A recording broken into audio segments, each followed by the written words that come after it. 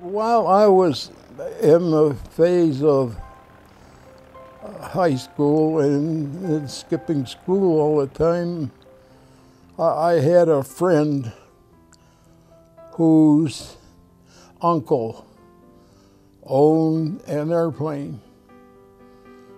And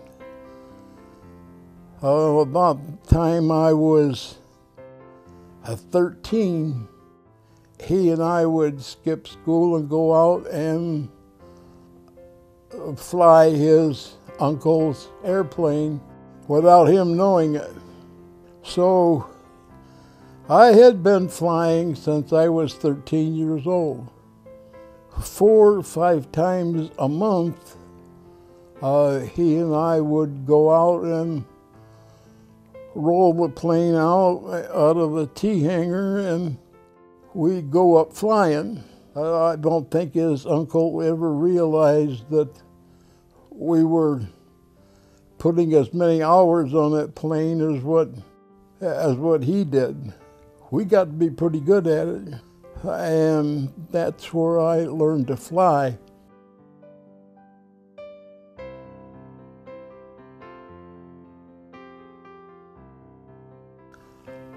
I ran away from home and tried to join the Royal Canadian Air Force.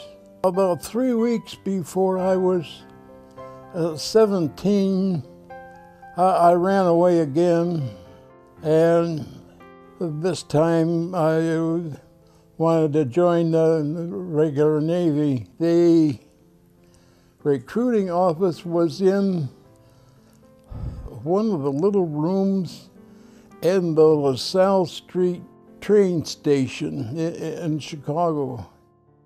I told the bosun's mate there that I wanted to join the Navy and I wanted to fly.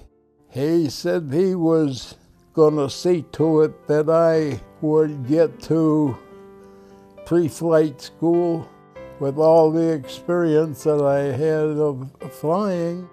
He finally figured out that I really wasn't as old as what I was claiming, because I told him I was 18.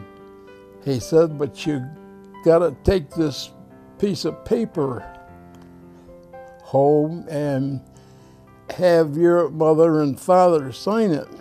How the heck I was gonna do that? And trying to think of how I was going to get my mother to sign this piece of paper and get back here by the next morning. I had to decide I got to get somebody to sign it for me. So I walked over to Madison Street where all the winos hung out. And I finally found one that wasn't as drunk as what the next one was. I made a deal with him that he would sign my mother's name to this piece of paper, and he signed it. Must have been pretty good, because I took it to the bosun's mate and he accepted it. I was supposed to come back at noon because we were all going to get on a train and go to basic training. I would say that there was probably pretty close to 300 that on this given day they were supposed to report to go to boot camp. We pulled out of the station about mid-afternoon. It was only supposed to be an hour and 45 minutes train ride. After a couple of hours on the train, we're not headed for Great Lakes at all. We were still headed straight west. Nobody would tell us where we were going, as of we're not headed for Waukegan. No, not headed for Waukegan. Sometime during the night, they were going to exchange engines again And if they put on one engine, we weren't going to go too far. But if they put on two engines to go across the mountains, we were going a long way. One of the guys got a hold of a conductor and he said that we were going to Idaho. None of us knew about a Navy base that was in Idaho. They said that we had about an hour to hour and a half of traveling to the new Navy base at Farragut, Idaho. The base had only been built, they said, for about 6 weeks. I said, where's the nearest Naval Air Station? And they said they had no idea where that was. All of us got on the buses, and we were bused to Farragut, Idaho. And my company at Farragut was number 838 for the next 4 weeks. 12 hours a day, 7 days a week, we went through our boot training. The first Navy base that Doug trained at was Camp Farragut in Idaho. This is where Doug received his basic training and where he learned everything from seamanship to firing weapons. This was in early September 1942. When we came to graduate, then the list that came out as to where you were going to go. I finally found my name, and would you believe they were, excuse me,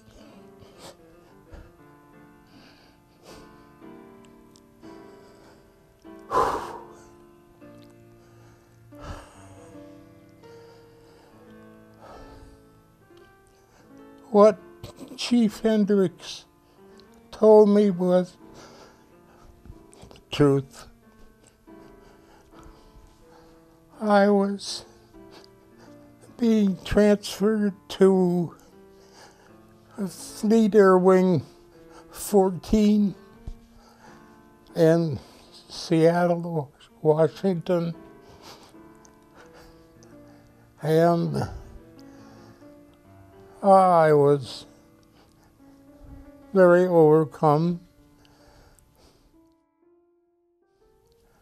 What somebody finally told me in the Navy was the truth. The next week, I was sent to Seattle, Washington, to Fleet Air Wing 14. I was already assigned to a squadron VC-80. When I got there, VC-80 was just in the midst of being formed. I found out that I was going to be with the Naval Air Squadron, but I was not scheduled for pre-flight. Once again, I had been told something that it seems as though they told you whatever you wanted to hear, as long as it didn't affect your morale or the way you did your job. I was going to be a plane captain. I was assigned to FBT 12, which stood for Fighter Bomber Trainer number 12 in the squadron. They were F6Fs. I didn't know from diddly squat about the Navy fighters, so I had a lot of work to do with getting myself familiar with minor maintenance and see to it that they were all flyable whenever they were scheduled to go up. Meet the Hellcat, the F-6F, a single-engine, semi-low-wing combat airplane equipped for use on Navy aircraft carriers or as a land-based fighter. I was very thrilled that I was working with an aircraft. I did very well at it. I received one promotion.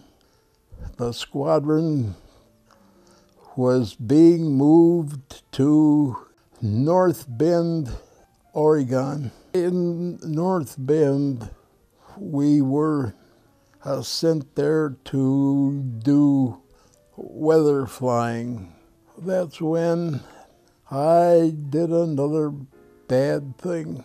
I decided that I could fly, and I knew I could do it. So one day I got in my plane and I went for a ride. All of a sudden it hit me that I had done something that I ought not to have done.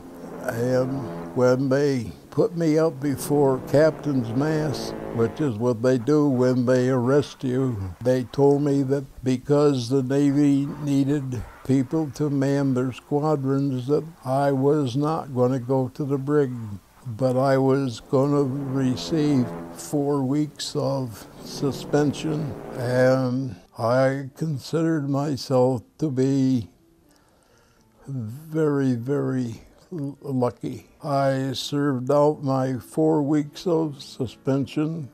The squadron got transferred to Holtville, California for night flying. We were 5 miles out in the desert, and we had to taxi our aircraft that 5 miles down to the maintenance sheds. And this one morning that we were scheduled to go down to the maintenance sheds, I was the lead airplane on to the taxiway. When we got out on the taxiway, we're not supposed to taxi over 10 miles an hour.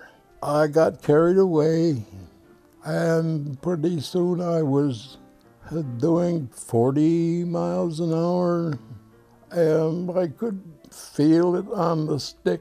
It wanted to fly, and I wanted to fly. Within the next quarter of a mile, I was up off of the taxiway.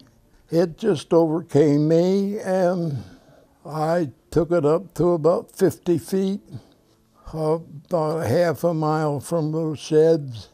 I set it back down on the taxiway, and wouldn't you believe it, I pulled into the maintenance shed where I was supposed to be, and here come a Jeep with 4 shore patrolmen. Another unauthorized flight.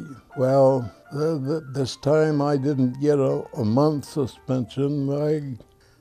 I got 6 weeks suspension. The commander, luckily, he understood my, how we call, addiction to wanting to fly.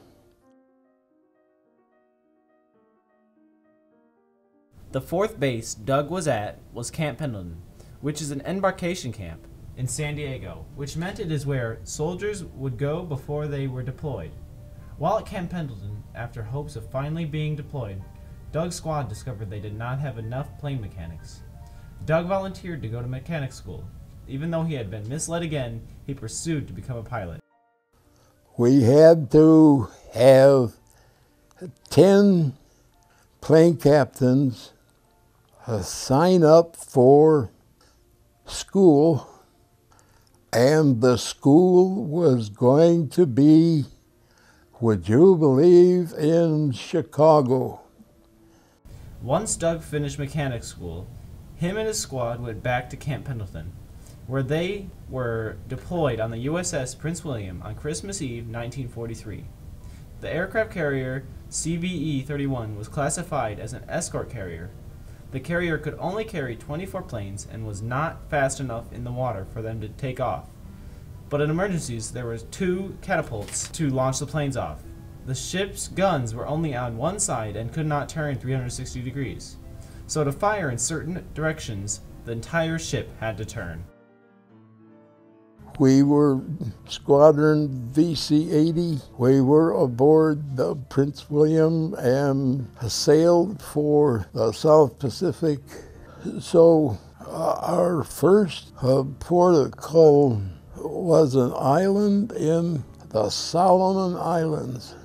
After we had been in the Solomons for 2 months, we were then headed up into the southern part of the Philippines. This was now October of 1944. The Battle of Samar was a battle in the Leyte Gulf. The battle was over the Straits of Samar, and if won, travel around Leyte would be much faster for the U.S. And we were scheduled to go to the island of Samar. And on the way there, we were so slow in the water, top speed was only 14, 15 knots, and that's just barely over 10 miles an hour. We could not be part of a task force because you had to maintain 24 knots to stay in a task force. The rest of them would just steam away from you. We found ourselves right in the middle of a running battle. On the 25th of October, the USS Prince William took a direct shell hit on the lower port side.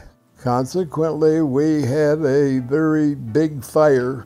The shell hit that we got, we think the Japanese battleship someplace over the horizon where we didn't even see it. After the fire was out, we went to the north end of Samar, and the squadron was then split up. They had what they called a CASU, C-A-S-U, which stands for Carrier Aircraft Service Unit. And this was CASU 7 that everybody was transferred into. We were there for the next 6 months, and then on the bulletin board there was a sign-up sheet that said pilots wanted. I couldn't believe it. They were actually advertising for pilots, and I think I ran all the way down to the air officer's office and told him that I could fly. He said, "How many hours do you have?" And I said, right around 42. He said, "Why didn't you put in for pre-flight?" And I said, "It's a long story. Some of it is a bad story. It just never turned out that way." He said, "Well, let me get your service record." I thought, oh boy, here we go. And he said, "Scott, you are a bad boy. I have been that rebellious all my life. I don't even have a high school diploma." He said, "Well, I could care less whether or not you were educated or not. There's the fact that you can fly." And he said, "Why don't you meet me out on the flight line?" And there, sitting out on the flight line, was a SNJ. And he said, "Okay, big mouth, you get in the front, I'll ride in the back. Show me what you can do." I cranked it up.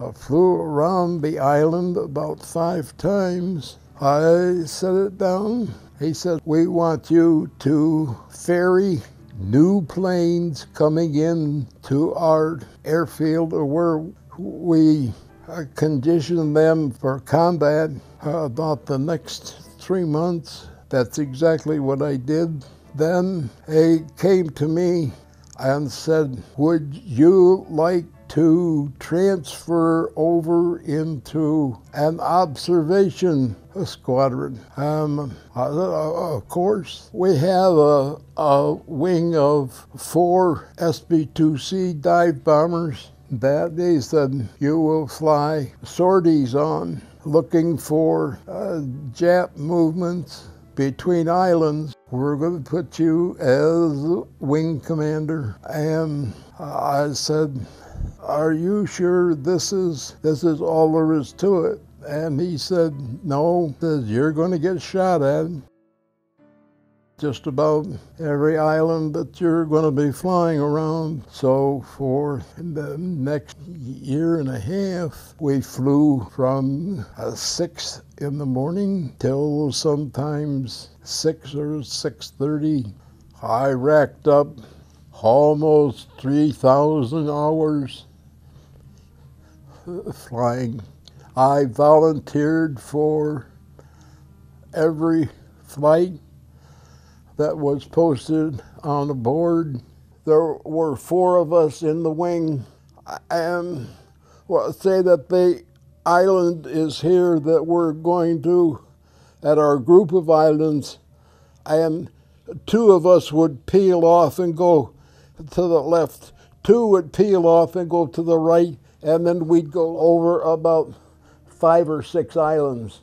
Where we could, we would take pictures with our 30mm gun cameras. And then when you got back, you made out your report. Whenever we went up, there was a section of a map that was completely blacked out. When you got to that area, you skipped it. You didn't bother flying over it, flying around it. So every once in a while, we would have some of the Army guys come in who were island hopping in, checking out what we had observed from the air. One of the Marines said, you never fly over, and they would tell us the area, but it didn't register with us at all. I said, because our maps are blacked out, we were supposed to leave those areas alone. And he says, but that's where the Japs are storing all of their gasoline, their oil, their munitions, and their food supplies. Well, the next day we went up and we dropped down to only 200 feet off of the sea. And we said, we're going over and we're going to check out this blacked out area. When we got over there, we met up with some of the fiercest ground fire. We said, tomorrow when we go up, we each carried 4 bombs, 4 500-pounders. We did put, each one of us put 2 500-pounders on the beach where there were skid marks. All 4 of us kept 2 bombs apiece. And we went back over the roundabout way and in the back way so we wouldn't be discovered on radar. We went up to 3,500 feet and all 4 of us put 8 500-pounders right down the pipe. We didn't know it, but there were 4 F-6s flying at about 5,000 feet. After we completed our runs, 2 of the F-6s that were circling above us decided they were going to go down and take a look at what we had just blown up. And the first F6 came across it at about 100 feet off the deck, and the second F6 I came across right in behind him, and just as he got over the area, there was a huge explosion. The explosion was so great, and the debris that was thrown into the air hit the F6.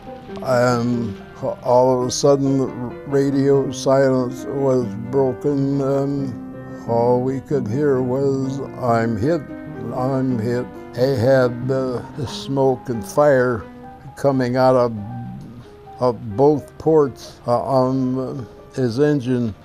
The other wingman came on and said, "Climb up to 5,000 and bail out." He made it to 5,000 and he punched out.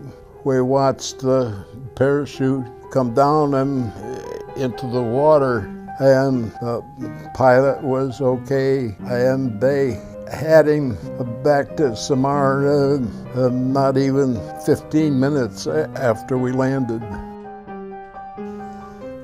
But that was probably one of the most exciting, if you will, experiences. On one occasion, I lost 18 inches in my left elevator, and I still don't know to this day where it came from. It came from the ground, I know that, but the way that they were looked to be about a .30 caliber hole, just and was all forward of where the elevator hinge was. It missed the elevator hinge by about 4 inches. Had it been 4 inches further back and taken out that hinge, I would not be able to control up and down with the elevators at all.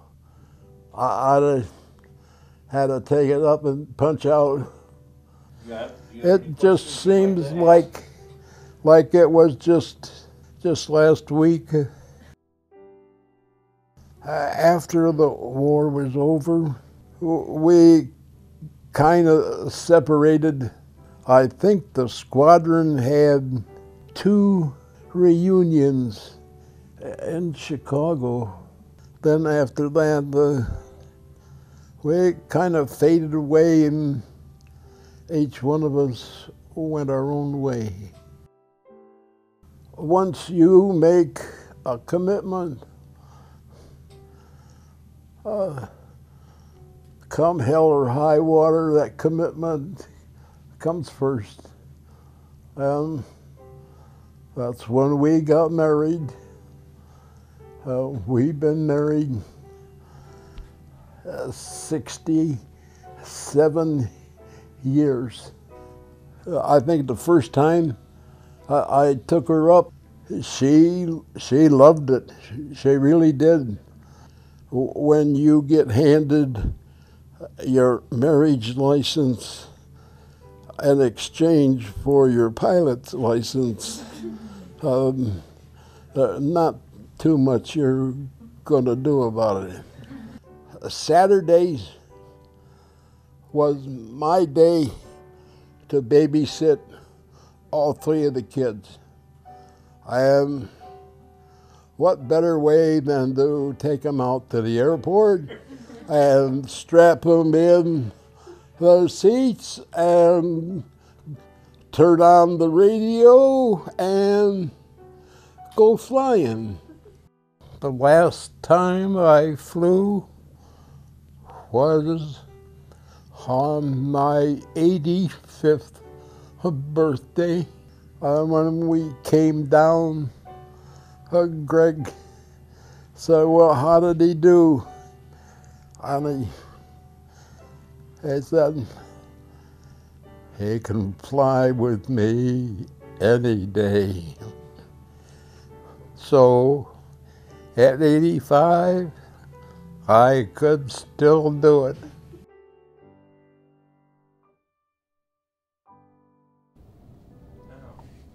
I would say getting Doug's story this year was kind of fitting for me, as we both rebel in a little bit.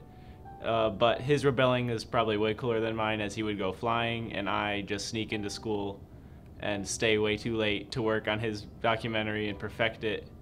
But through this whole time, the lessons I've learned from listening to his stories and through this class have been amazing. And the two major lessons that he has taught me were persistence and the fact if you got a goal, set it and achieve it. You just work towards it. You don't ever stop.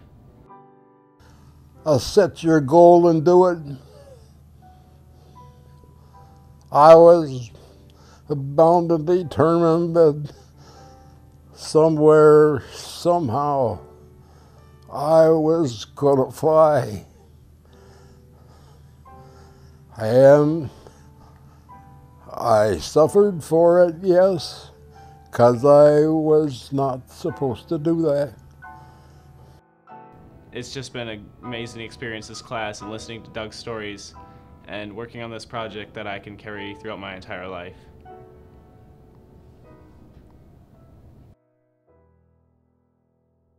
What is it that you love about flying so much? I'm in control. It's me. I'm in control. I got 2 rudder pedals, and I got a stick that control my wings and my elevator, and